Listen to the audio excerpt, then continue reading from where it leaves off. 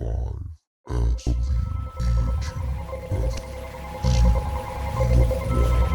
know why we never returned to the moon.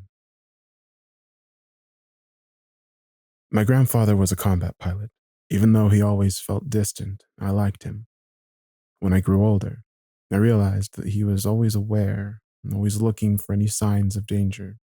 Shell shock, PTSD, and has many names. My mother told me that he didn't used to be like that he changed when he came back from Vietnam. My grandpa's profession was likely the reason why I was obsessed with space, astronauts, planes, and pilots. We used to talk about it when we were together. He was a really skilled and high-ranking officer in the Army, and he knew some people, even a couple of really well-known astronauts. When I once asked him if he met anyone that went to the moon, he simply replied, "Don't ever talk to me about the moon, boy. It's a dark and evil place." He died back in 2004 from natural causes. About 2 months ago, we decided to renovate my grandparents' old house. While clearing out the attic, I found an old metallic box. In the box, there was a number of things which I assumed belonged to my grandfather. There was a military medal, a stack of papers, and an old picture of my grandfather with 2 other men I didn't recognize. My grandpa looked around 40, so I assumed that the picture was taken in the 70s. All of them were wearing spacesuits, and the scene was a typical backdrop used by NASA. But the logo was missing. Only a blank monochrome background. The mission patch was titled Dawnbreaker. I didn't understand anything. My grandfather was an astronaut? Why didn't he ever tell anyone about this? Dawnbreaker? I never heard about such a mission. It must have been covered up really well, but why? I found the answers in the papers at the bottom of the box. Before I continue, I have to warn you that many people may find this very disturbing. My dear family, if you ever find this, I must confess something. In 1972, I wasn't in Vietnam. I wasn't supposed to tell anyone, but if you have found this, it probably doesn't matter anymore. Back in 1965, me and a handful of other pilots were selected for a non-public team of astronauts who would participate in covert missions in space for our government. We wouldn't get the glory and fame of regular astronauts, but our country needed us. And so we were there.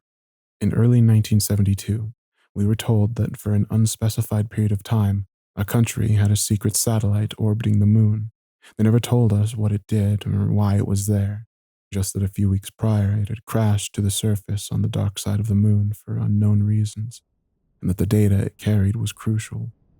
The government needed to recover it, and thus was sending me and 2 other astronauts to reclaim the satellite's memory module. The equipment of the planned Apollo 18 mission was essentially transferred to us. From what we'd been told, the Apollo team was furious. They had a reason to be, after all. It seemed that whoever we've been under was much more powerful than NASA. The whole mission was top secret, obviously. I was officially deployed in Vietnam, while in reality we underwent extensive training for the mission.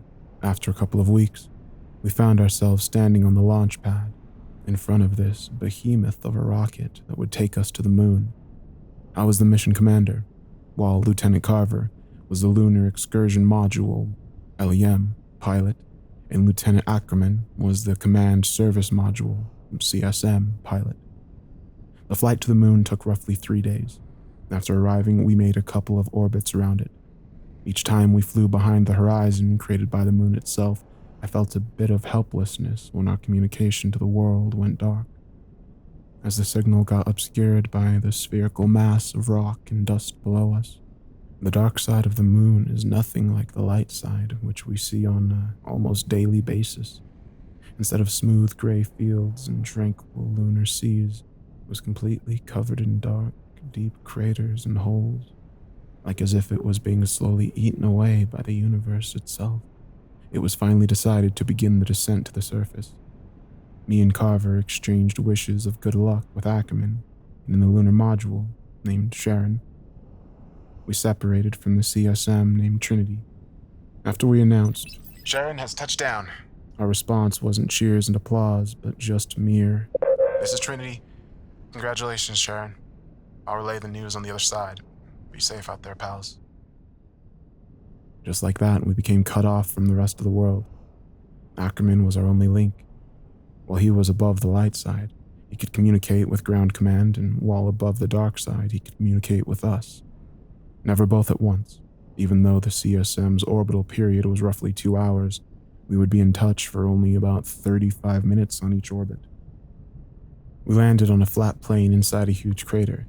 Contrary to what some people believe, the sun shines at the dark side of the moon the same way as the light side. The amount of light depends on the lunar phase. It was still shining daylight in the place where we landed, but we knew that it would go dark in a few days. I felt excited and curious about what awaits us in this alien world. We waited for about an hour and a half to get the command's reply from Ackerman, and spent the time preparing our suits. "Command sent their congratulations. You're to proceed with the recovery." Everything was dead silent as I stepped onto the surface of the moon. I tried to think of something excessively inspiring to say, but that those times were already over. With Carver, we assembled the rover, and after planting our flag next to our spacecraft, we drove off. As we drove across the surface, I saw what I thought was a flash, like a glare reflected by something metallic in the far distance. Since it was fairly common to see flashes of light because of the space radiation interacting with our eyes, I didn't give it much thought and soon forgot about it. After driving around for a couple hours, we reached the satellite, or what was left of it. We immediately noticed that something wasn't right. There were dozens of footprints around the probe, leading to a set of 2 tracks dragging out into the distance. "What the hell is this?" asked Carver in disbelief. I don't know, but it seems that somebody got to what we came for before us," I replied. Both the tracks and the footprints were different than ours. Whoever took the data wasn't here under the American flag. As I expected, we didn't find the data box. We found the part where it was supposed to be, but it was missing. Luckily for us, we were just in contact with Ackerman, so we reached out to him to describe our findings. "It doesn't make any sense. Who would take it? Russians? They don't even have a lunar program. Even if somebody took it, how could we not be aware of that? How can the Russians land on the moon without us noticing?" he responded. "As far as we know, the Russians have no idea that we're here, said Carver over the radio. "We're going to follow the trail." I cut off their conversation. Are you guys sure about this?" "Hell, I'm not sure about this. We're clearly missing something here, but I'll do as you say, Cap," responded Carver. "Yes, if whatever was on that probe was so important for 2 countries to send people here to retrieve it, we have to find out what happened to it," I replied. "Copy that, Sharon. I'll relay your whereabouts to command as soon as I can. Be careful out there." Our oxygen was about at half capacity now, but we moved on with hopes of solving this mystery. It wasn't long until I saw something in the distance. As we got closer, I realized that it was a spacecraft. Its design was different than ours, and it was decorated with a flag of the Soviet Union. I couldn't explain why, but I felt that something was really odd about the spacecraft. If there really was Russians with us on the moon, they would have picked up our comms long ago, so there wasn't a point in hiding. "To the unidentified Soviet leader, this is the crew of Dawnbreaker. Please respond. We know you're here. We have you in sight." Nothing. We attempted to contact them several times again in both Russian and English, but always received only silence in response. We got closer, and I realized why I found the spacecraft odd before. It looked like it had been there for a while. We didn't see much of the interior through the small windows, which had been covered by something from the inside. "Our air is running low. I don't like this, Miller. We should really head back now," said Carver, with a clear uneasiness in his voice. "I know, but we have to find out what's going on here." It took some time until we figured out a way to open the airlock. No one was home. The inside was a mess. The interior was splattered with brownish red fluid, presumably contents of one of the many opened food packets lying on the floor. Or was it? No, I quickly pushed that thought out of my mind. It was a two-seater craft. There was a small amount of leftover supplies and samples, but no signs of the satellite's black box. There was a spacesuit hanged on the wall near the airlock, 2 occupants, and 1 spacesuit with a clearly missing name tag. We both quickly realized that the other one must still be out there somewhere, along with its occupant. At this point, we were really low on oxygen, so we rushed back to our spacecraft. As we reached Sharon, with the last bits of oxygen in our suits, I realized something. Tell me, Carver, was it just me or did we not pass the wreckage on our way back? I asked. Fuck. Don't even mention it. It wasn't there, that's right. We shared our intriguing discovery with Ackerman later, and he was as surprised as Command was when he informed them in turn. That night, I took watch for the first 4 hours. It wasn't really a night, since the sun was still shining, but for the sake of timekeeping, we referred to the time when we slept as night. When it was finally my turn to sleep, I had a dream about following the flash. I walked on until I found the same spacesuit from the Russian craft just lying there in the dust. The limbs were twisted and contorted in gruesome ways, but it was clear that someone, or something, was inside that suit. I approached and slowly began opening the sun shield that obscured the inside of the helmet. I looked in terror as I saw the inside. It was my face, covered with brownish red blood. In place of the eyes, there were only 2 gaping holes. The next day, we started picking up something on an unused channel of our radio. It was a faint signal coming from somewhere in the crater. We tried to patch it to the speakers, but it didn't make any sense. It was just a repeating sound resembling a person vocalizing the sound of a single letter or vowel that stretched to about 3 seconds, followed by equally long pauses. It was very distorted, and it clearly wasn't a loop, since each sound was just slightly different than the previous one. We ate, and once again prepared for Moonwalk. It was darker than the other day. The sun was still shining, but it was steadily creeping its way under the horizon. We followed the source of the signal for about an hour when we found something lying in the dust in front of us. I tensed as I looked closer and found out what it was. It was a spacesuit, the same one in the Russian lander. Well, it looks like we found our missing friend, said Carver in disbelief. I didn't say anything. I simply jumped off the rover and slowly, silently approached the suit. What are you doing, Miller? Continued Carver. Just as I was about to open the sun shield with my shaking hands, the suit came alive and grabbed my hand. With the sound traveling through our suits, I heard a meaning help in Russian. We carried him to our leader. The patch on his suit revealed his identity as Tarkov. He was in shock and hypoxic. I don't know how long or why he was lying there, but he was lucky to be alive. For the next couple of hours, he fell in and out of consciousness. He eventually woke up. Our Russian was bad, but luckily, he spoke English enough for us to understand each other. He didn't remember why he was there, what had happened to him or his crew, or what his mission was. When I looked out to the window, I realized that our flag was gone. There were no footprints. It looked as if it had simply vanished. At this point, each one of us was really concerned. We asked to terminate the mission. The command refused, explaining that the recovery of the satellite's data was of paramount importance. We decided to continue our search tomorrow and went to sleep. I again had the same nightmare as the day before. I woke up terrified and drenched in sweat. I saw Tarkov standing by the window and looking out. He then walked over to Carver and just stood there, looking at him while he slept for about a minute or two. Silently, I asked him, "Tarkov, what are you doing?" He just mumbled something like them or when and lied down. I didn't sleep for the rest of the night, and I kept an eye on him, but nothing interesting happened. The next day, we found a picture or a map of the crater we were at in a pocket of Tarkov's suit. There was a point a few miles from where we were that was marked with a cross. Tarkov didn't know what was there, but I soon realized that it was right in the direction where I saw the flash on the first day. Me and Carver later took off and headed towards this mysterious target while Tarkov stayed with Sharon. In reality, our rover had enough power to carry all three of us, but I insisted that it didn't, and that he should stay behind.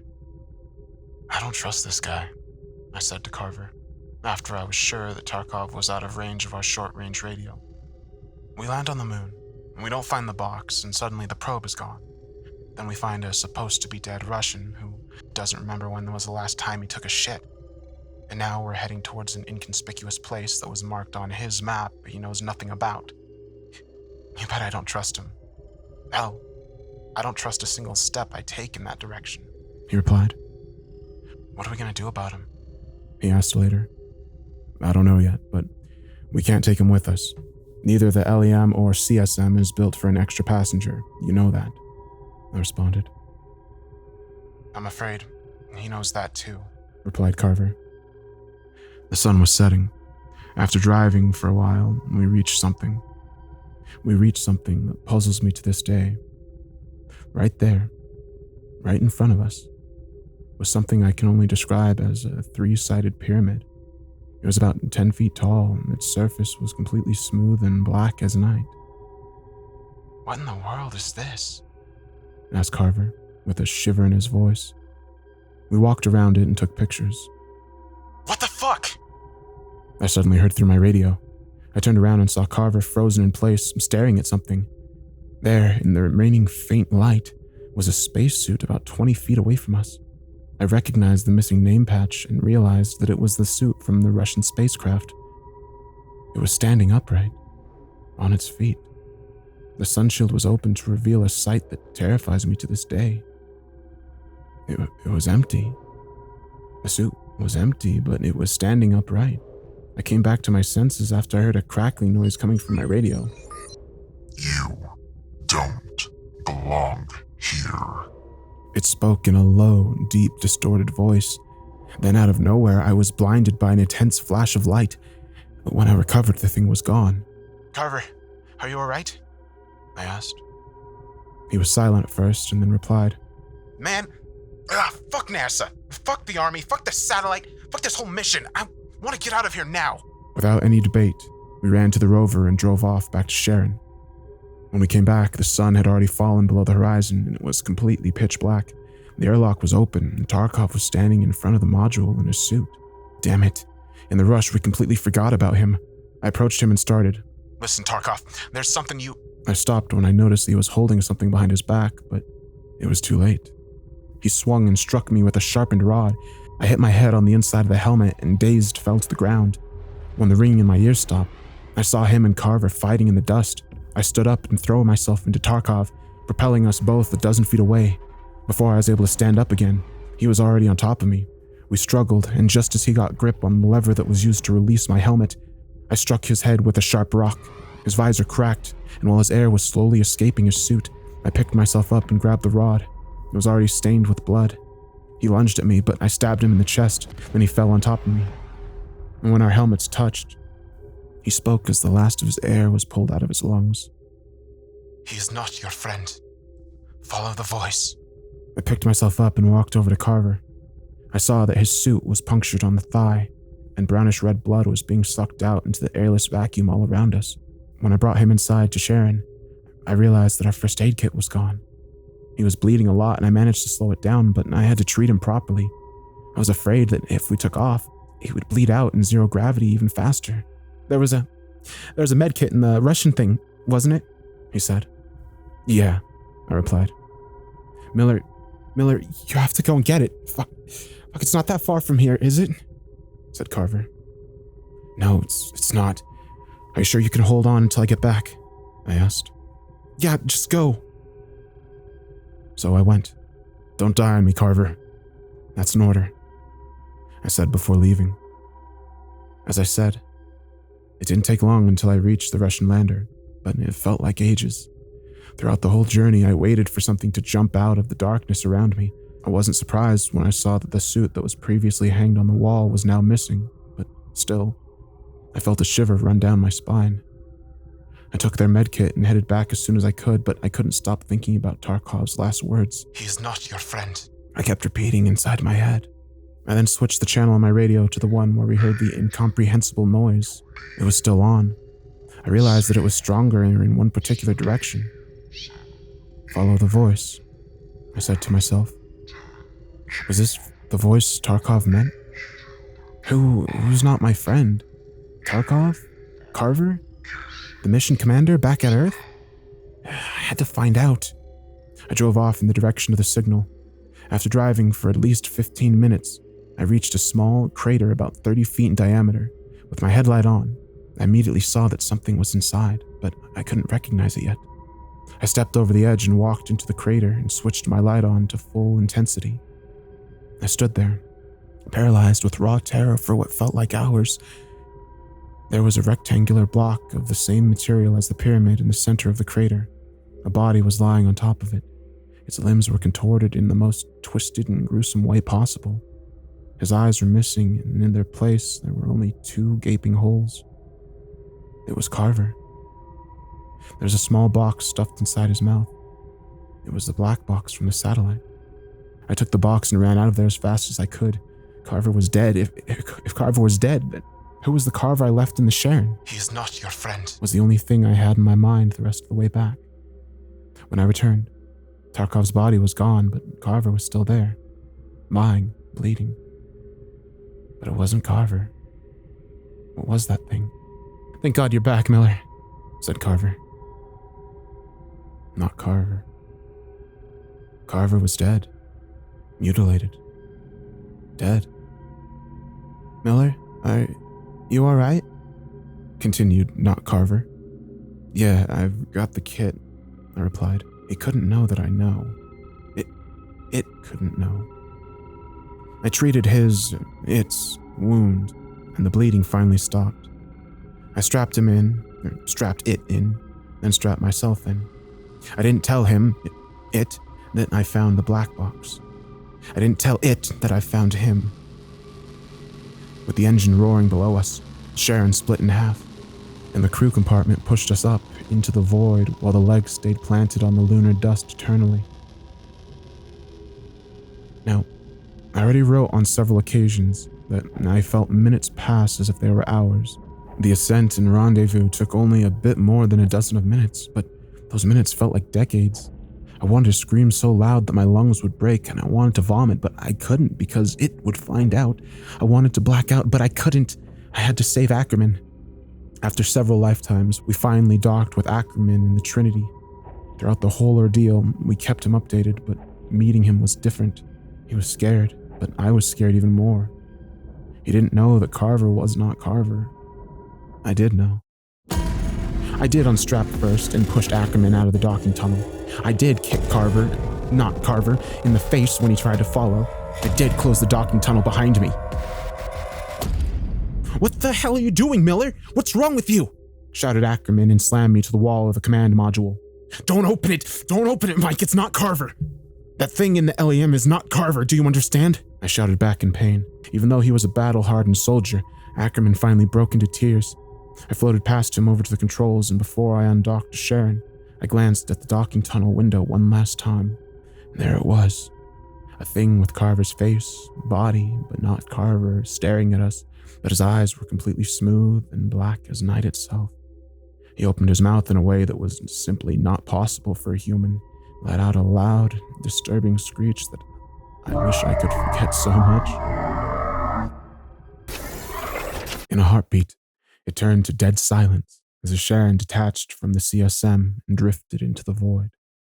Me and Ackerman didn't say a single word throughout the 3-day journey back to Earth. We were placed in quarantine for months after we came back home. Nobody ever explained to us what happened on that mission. I never learned what was on the black box, so honestly, I didn't want to know after everything I experienced. But whatever was there was apparently enough to cancel all other missions to the moon and beyond. They eventually released us and made it very clear that we are never supposed to talk about it. I never saw Ackerman from that day on. The only time I talked about him was when a pair of men in suits came to my house one day, a couple of years after the mission. "Captain Miller, have you been in touch with Lieutenant Ackerman lately?" One of them asked after we exchanged our greetings. "No, I never spoke or heard from him since the mission.